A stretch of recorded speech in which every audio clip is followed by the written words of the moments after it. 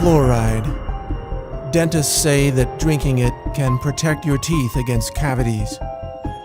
Cities and towns all across the world actually dump it into the water supply, hoping to indiscriminately medicate the population through their tap water faucets. The official story on fluoride sounds wonderful. Drink the stuff and you won't get cavities, we're told. It's a nice story. But there's another side to this story, the side you're never told. And it starts with the astonishing but verifiable fact that nearly all the fluoride dripped into municipal water supplies isn't naturally occurring fluoride at all. In fact, it's actually a combination of hexafluorosilicic acid and sodium silicofluoride. These two chemicals are considered highly toxic by the EPA.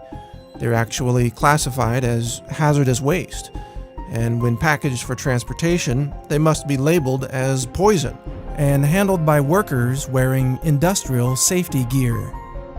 So, what are hexafluorosilicic acid and sodium silicofluoride, and where do they come from? That's the part of this story that you probably won't believe. That is, not until you check it out for yourself.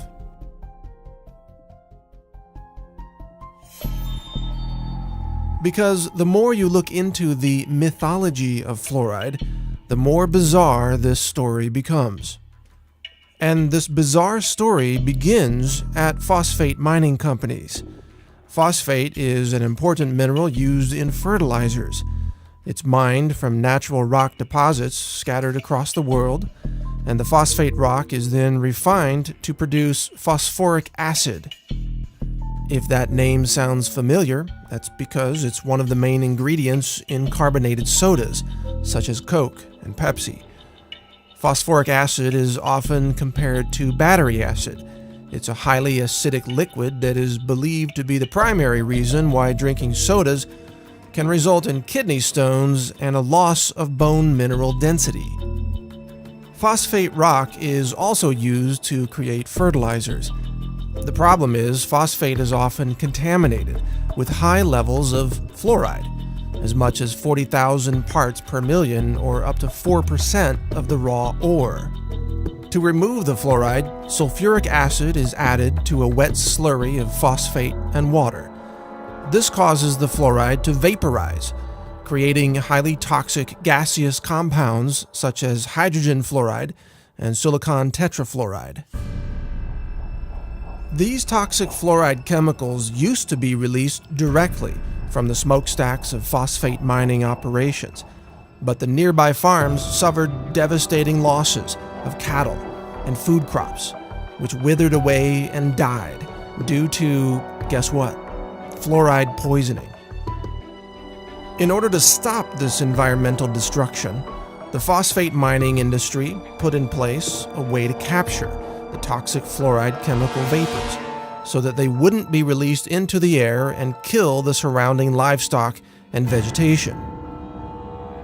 This was accomplished by installing wet scrubbers that captured the toxic fluoride chemicals, preventing them from being released into the environment and killing the plant and animal life living nearby.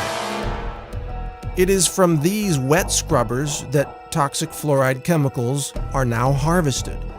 They're collected, repackaged, shipped to your local city, and then dumped into the municipal water supply. So instead of these toxic fluoride chemicals being released by the phosphate mining smokestacks, they are instead captured and then released into the water supply of large cities, where the chemicals then contaminate the water of millions of people at a time. This is called water fluoridation.